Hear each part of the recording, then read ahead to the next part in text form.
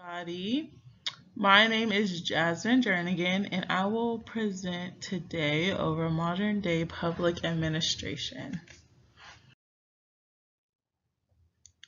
So, some of the things I'll be going over is Mark Weber and his bureaucracy theory, Mary Parker Follett and the reciprocal relationships, and then some kind of aspect of present concepts, and then something that can be changed that we do regularly now in today's day and age, or that happens and occurs. And then kind of a closing of those topics that I go over. So starting with Max Weber, he had a theory over bureaucracy in 1922, and he had 6 characteristics that backed up that theory. And kind of a modern day example that I see was pinpointing towards his 6th characteristic, and that was the rules, regulations, procedures, decisions, and actions should be recorded to maintain consistency and accountability. And I see this today. So in my job description, or what I do every day, when I call out to different charities, donors, advisors, if I ever make an outbound call, we have to state who we are, what company we're calling from, and then that we're on a recorded line. So kind of an example is, hello, my name is Jasmine. I'm calling from Schwab Charitable, and I was calling to inform you that we have an account holder that would like to donate to your organization if I'm calling to a charity. And I just inform them like, hello, I just want to let you know also that this is a recorded line. And with that, if we have any escalations that occur or don't, our managers can go back and listen to that, kind of just go into some rules, regulations, or procedure, or a decision on how she should act out on whatever the escalation is. Or if something, a donor calls in and is like, oh, I was excited, this was great, Jasmine helped me out very well, she can go back and be like, well, Jasmine did this was great, or training purposes, whatever that can be used for. But it's a good tool for consistency and then accountability if it's in a bad factor or a good factor, however that may play out. And then another great theorist was Mary Parker Follett. And in 1926, she had a theory regarding reciprocal relationships. This was kind of that bond between an employee and their manager. So she also had mentioned power with rather than power over. And I think that's really strong and powerful, especially with millennials. I'm a millennial myself.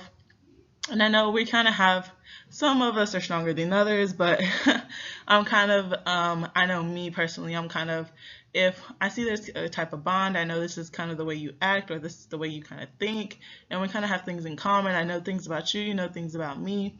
Coming with constructive criticism, I'm going to take it a better way, rather than thinking, well, she just doesn't like me, or she's trying to get me fired. Kind of that give respect where respect is given kind of thing. And that's how I kind of feel whenever I hear power with rather than power over, because I've had those bosses in the past where they're just over you, constantly thinking like, hey, I'm your boss, you're the employee, you do as I say, or I let you go. And in today's society, we're so strong in equality and having those rights as employees to not be bossed around, but we know our job, but not overloaded, something that's outside our job description.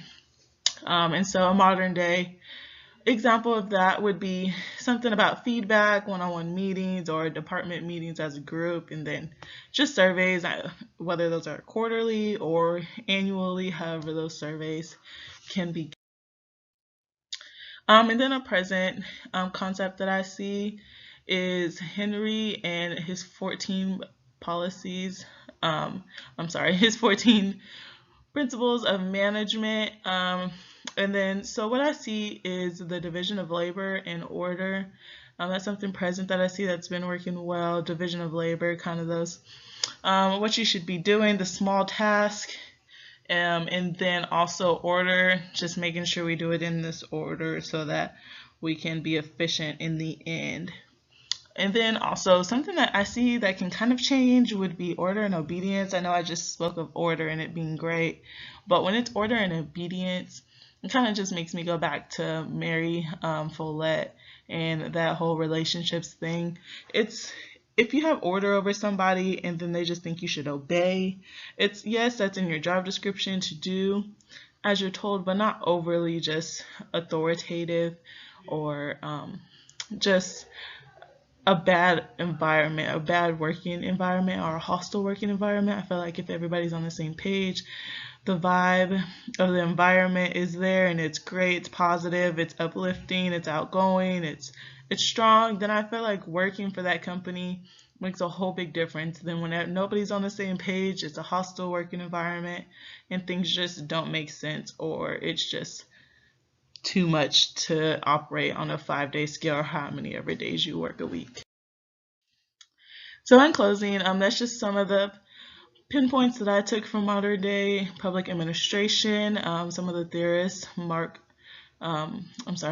Weaver and then Mary Parker Follett, and their theories, and then some of the concepts I see in the present day, and then some things that can do some changing. And that is my closing. Thank you so much for listening.